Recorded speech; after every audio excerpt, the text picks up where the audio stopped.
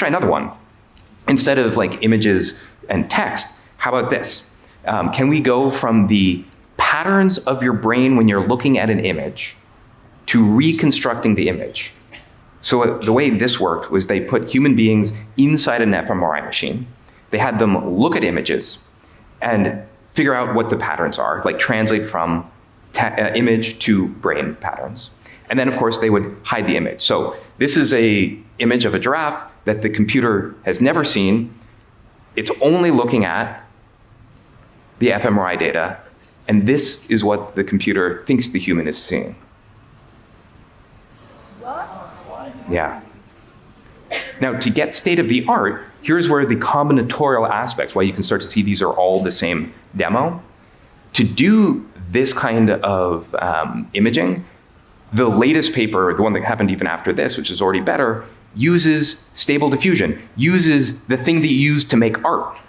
Like, what should a thing that you use to make art have anything to do with reading your brain? But of course, it goes further. So in this one, they said, can they understand the inner monologue, the things you're saying to yourself in your own mind? Mind you, by the way, when you dream, like your visual cortex runs in reverse, so your dreams are no longer safe. But we'll try this. So they had people watch a video and just narrate what was going on in the video in their mind. So there's a woman, she gets hit in the back, she falls over. This is what the computer reconstructed the person thinking. See a girl, looks just like me, get hit in the back, and then she is knocked off. So our thoughts are starting to be decoded. Yeah. Just think about what this means for authoritarian states, for instance. Or if you want to generate images that maximally activate your pleasure sensor, anything else. Okay, but let's keep going, right? To really get the sense of the combinatorics of this. How about, can we go from Wi-Fi radio signals, sort of like the Wi-Fi routers in your house, they're bouncing off radio signals that work sort of like sonar. Can you go from that to where human beings are, to images? So what they did is they had a camera looking at a space with people in it. That's sort of like coming in from one eye. The other eye is the radio signals, so sonar from the Wi-Fi router.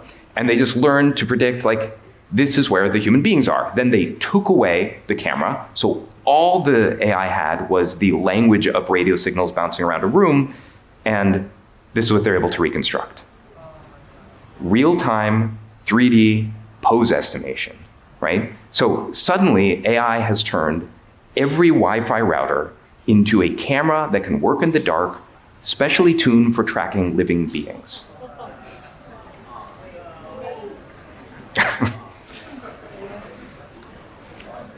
But, luckily, that would require hacking Wi-Fi routers to be able to do something with that.